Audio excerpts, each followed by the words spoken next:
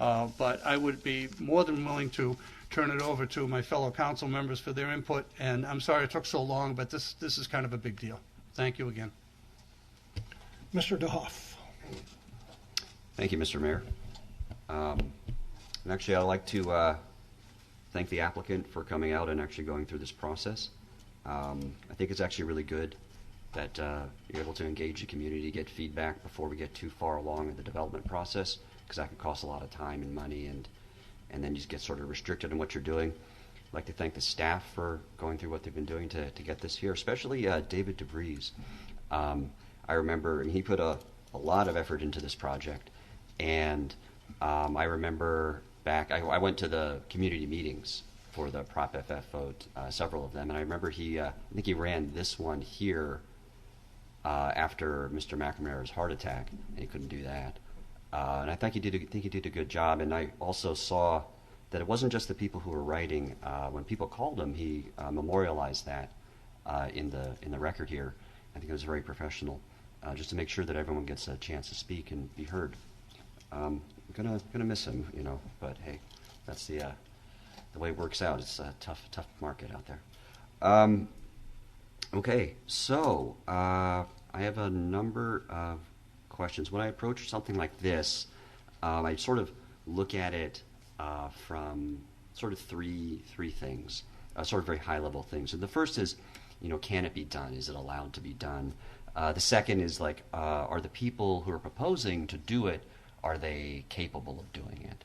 And the third is sort of a mix, try to balance the benefits and the impacts to, at least the benefits to the community, and the impacts that I actually care about the most are to the immediate neighbors, because these folks are going to be living with whatever's there, and how things how is this going to impact them.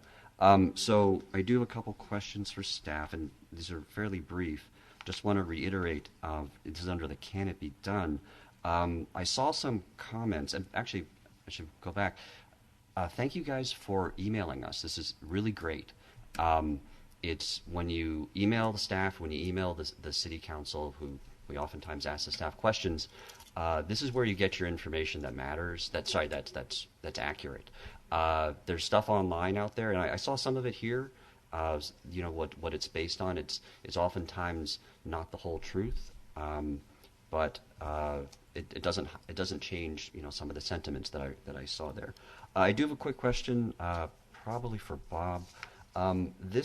The underlying zoning on this is OSR.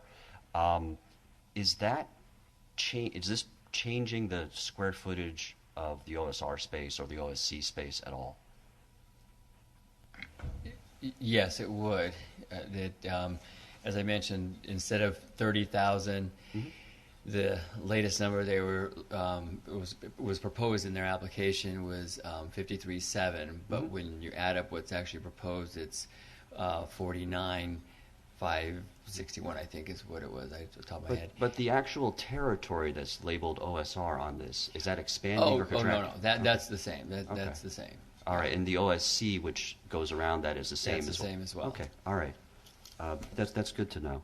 And this is zoned for, or this says there's an athletic facility here, and this is an athletic facility. I have a couple questions for Chris. Can I bug you for a sec? So these are basic things, I think. So you guys have a number of these other facilities around the United States, I presume. Correct.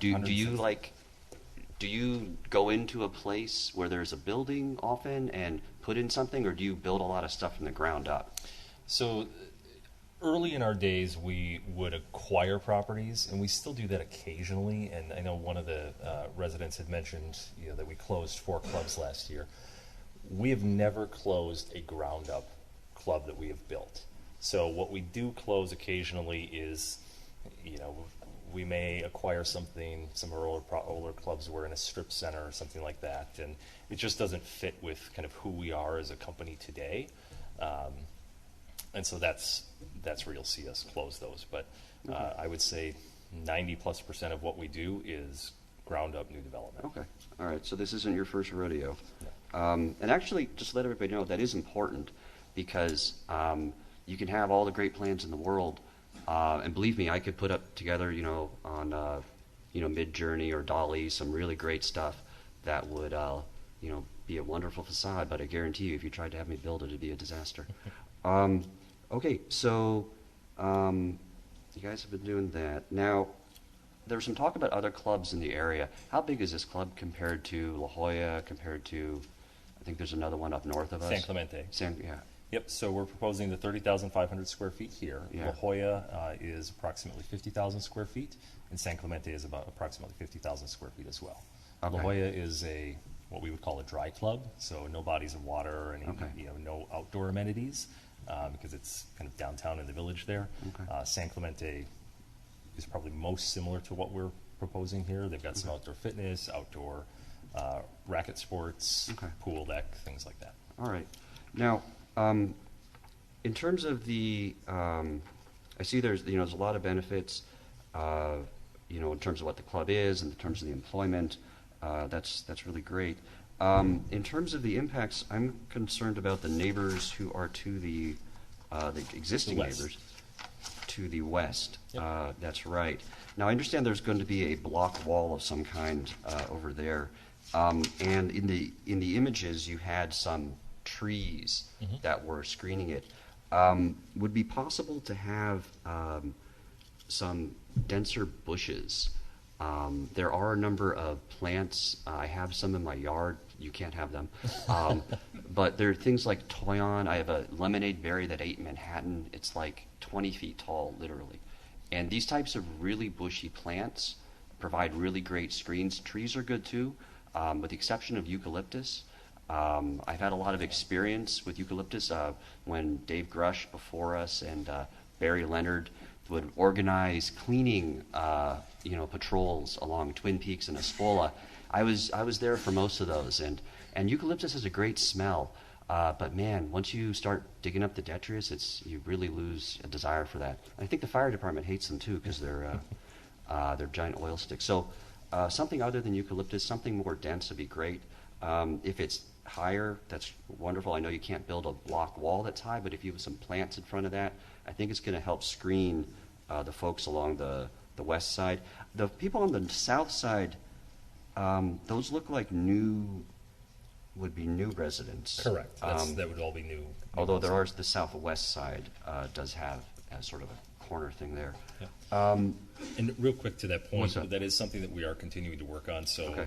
Our landscape architect is here this evening, and I actually met with Lennar this afternoon on some related business, and that's something that I continue to bring up is to densify that western edge, to really try and give those neighbors that kind of natural view that they had before, and screen as much of the wall and the parking and the building as possible. Okay, that's very good. There was something else. Oh yeah, so actually a question. You can stay here for a second. For Bob, we have a dark sky. We have a lighting ordinance, I recall, and it follows guidelines set up by the International Dark Sky Association. I think the city incorporated that when they switched over to LED lights. Mm-hmm. Is this project going to follow that? Yeah, there's lighting limits on lumens and in the plan, and lights have to shut off at 10 o'clock. Okay, at 10 o'clock. Is what the plan says. So even if they were successful in allowing beyond that operation, it wouldn't be outside because it would not have lights. Okay. So you Yep, guys, and all of we're aware of that. All of our lighting is dark sky compliant. There'll be house shields. They're full cut off, so there's no light that kind of is shown up into the sky at all. Okay. And then to Bob's point, anything from that 4 a.m. to 6 a.m. or 10 p.m. to midnight hours, we wouldn't have any outdoor activities. Okay. Everything would be within the building. It would be doors closed, windows closed, kind of activity. So you wouldn't have any noise outside or anything like that. okay, that's good. So that's a little different than my impression from some of the comments was that things would be going on all the time at midnight, on the pickleball. Are they pickleball courts is what they're going to be? So, yep, 6 pickleball courts is Okay. what we've proposed. All right. Yeah, and I understand some people like tennis. I get that. I'm not a tennis guy. I'm a badminton guy, and I wish you guys could have badminton courts. But I just think that'd have even less support than pickleball. But I can't get a badminton court over at Twin Peaks to save my life on a Friday. It's like, well, it's not about this.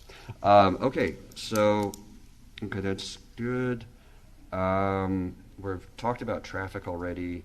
I'm also not an expert on that, but I do understand that CAPCOA methodology is more appropriate to this type of development. And prior to this coming in, I think the prior methodology was all they had available. I think that's the case.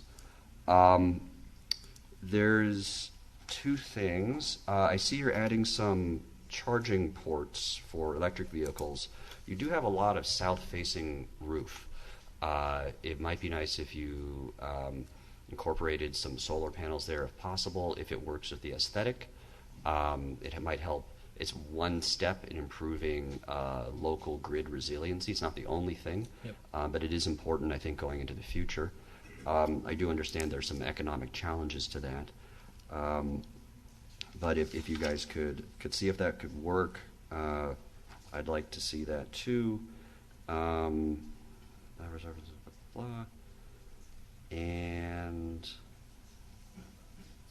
oh yes, the hours of operation. Okay, those are indoor. Okay, so that's not as bad of an issue. All right, that is it. Yes, that is it. Thank you very much. Thank you. Appreciate you. Councilmember Pippin. Thank you, Mayor.